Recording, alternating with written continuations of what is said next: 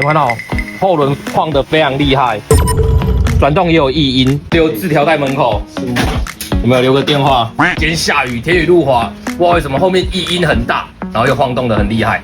我们来看一下它发生了什么事。